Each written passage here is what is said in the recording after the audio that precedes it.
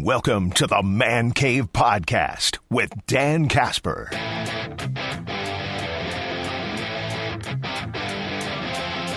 Brewers beginning a big weekend series against the Cubbies, where Cubs right now holding on to a 3-game lead in this series. Brewers sitting there at 16-16. Interesting pitching matchups looking at this too. You got Quinn Priester going on the mound tonight for the Brewers, and then it's Quintana and Freddie Peralta, which gotta imagine those would be the two pitchers the Brewers would want in this weekend series. But I mean, I know it's just May, but how big of an early May series is this for the Brewers? I mean, I think it's pretty big, especially with, last year when Major League Baseball went to the full schedule where everybody plays everybody every year. That cut down I think it was 5 divisional games. So each one takes on a little bit more importance because, especially if you're behind somebody, you only got so many chances to try to catch them. So these take on a little bit more weight. So, and early on, I mean, the Brewers kind of kept their head above water a little bit in April. I mean, dealt through a bunch of injuries and some other stuff, and kind of tried to salvage the road trip the best they could by taking 2 out of 3 with the White Sox to go 4-6. I mean, it was a rough road trip. I mean, there's no way around it. I mean, those 4 games in San Francisco, just defensively, it's kind of as rough as we've seen out of this team in a bit. Right. And some frustration over down in St. Louis, but then being able to take 2 or 3 from a team you should at least take 2 or 3 from with the White Sox. But now, yeah, you're right. The business picks up here because the Cubs are coming in playing well. They just hit around Paul Skeens a little bit yesterday. So that's a Cubbies team that can hit the ball. Yeah, they can. Kyle Tucker's been a good addition for them, and they've Pico Armstrong's been really good. Yep. So. Pico Armstrong is doing well in his this year, and that's just a team right now that they hit the ball top to bottom. Yeah, they do, and it's frustrating. You mentioned the defensive part. Is that kind of, the other day we were talking about, well, it's a month into the season and, biggest surprise, biggest disappointment, that sort of stuff.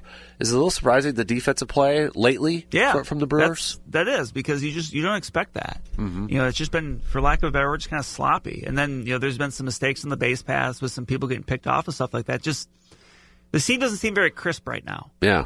And, look, it's a long season. Obviously, that can change. But, it's not something we've seen a whole lot of. Mm-hmm. And so it's kind of, it's definitely catches your eye when you see it. And certainly it's caught Pat Murphy's eye because, there's been times where he's, yanked people out of the game or he's, had some talks with people to kind of, make sure that doesn't become a habit.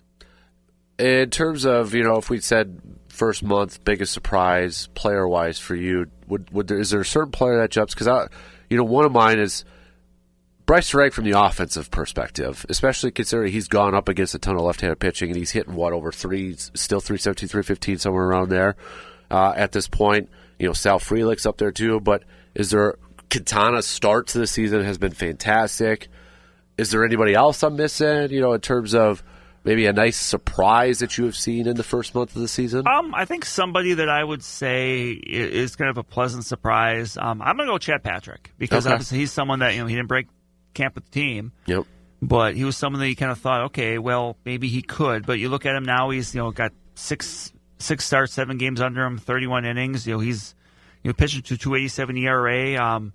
And he's been quality. I can't think, really, I don't think he's kept the ball in the ballpark. For a guy that doesn't really throw that hard, sometimes you worry about getting hit around like that. But he's done really well to keep the ball in the ballpark and kind of give them something at a time when they've needed out of the rotation because of the injuries, because of all that, turnover they've had in there while, people have been out and some people are on the way back. Chad Patrick he got an opportunity and so far he's made the most of it. Mm-hmm. Right.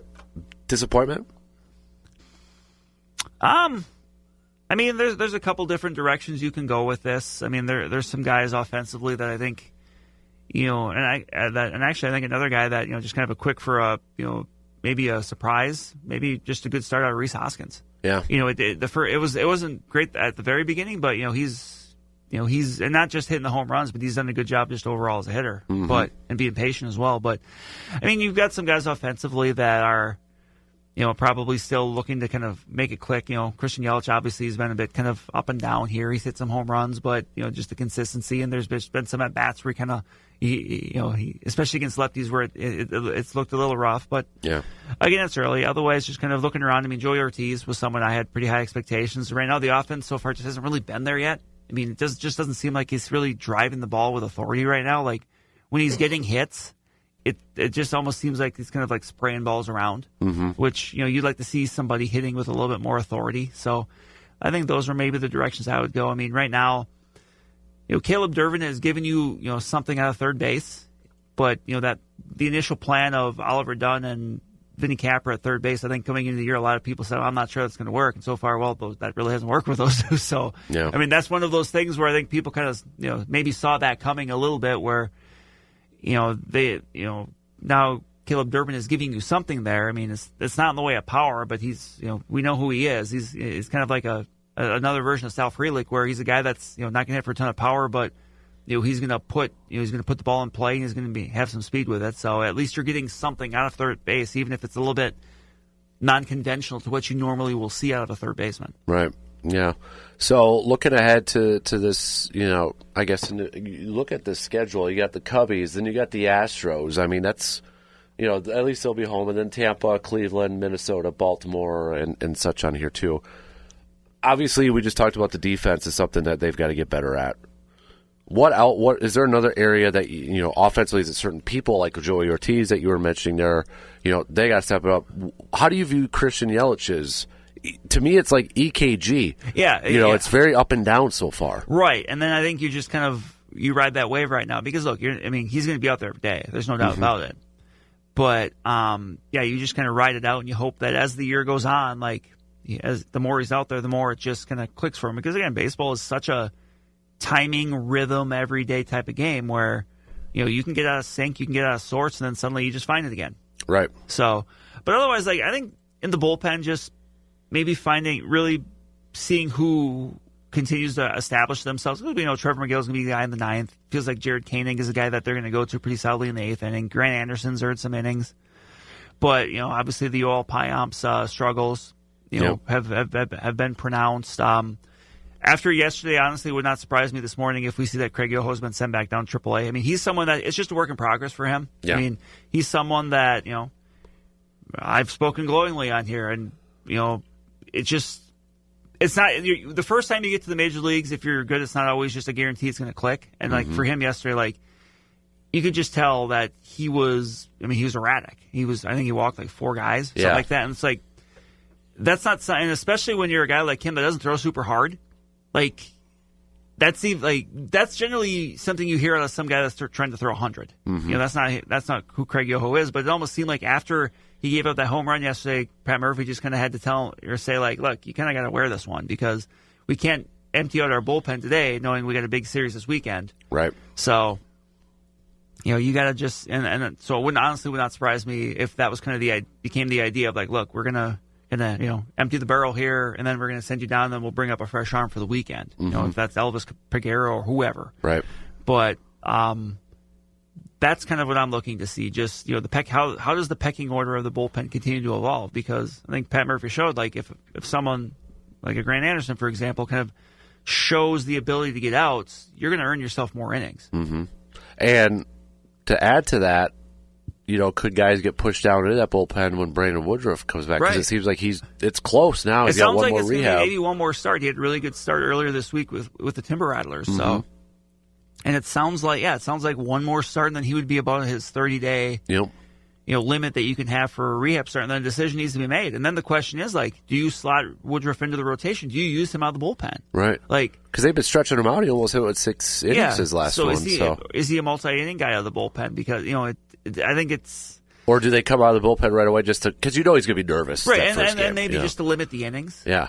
Because, look, he's not going to come back and throw 180 innings. Right. So is that a way that you kind of use? That's a good question. It's going to be very interesting to see how that works. Right. Yeah. It's going to be awesome when Woodruff's back out on that mound. But right. Kind of unrelated, but it's kind of a goofy thing that after this weekend, the Brewers just play all AL teams for a while.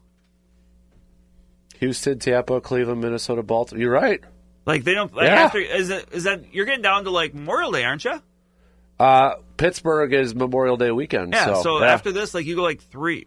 We have like a 1, 2, Houston, Tampa, 2.5 Cleveland, weeks. Minnesota, Baltimore. I'm Yeah, just- 5. Yeah, I'm just playing 5 straight opponents. in the American League. So that's Well, then it's Pittsburgh, but then right after Pittsburgh is Boston. yeah. So for all us longtime fans, you can kind of harken back to the '90s with the schedule a little bit here with some of these Yeah. teams coming up. And then June is pretty much all National League except for the Minnesota series. Right. That makes sense, but Yep. it's just kind of just the way the schedule falls this year. But that is interesting. I never thought of it that way. Huh. Yeah.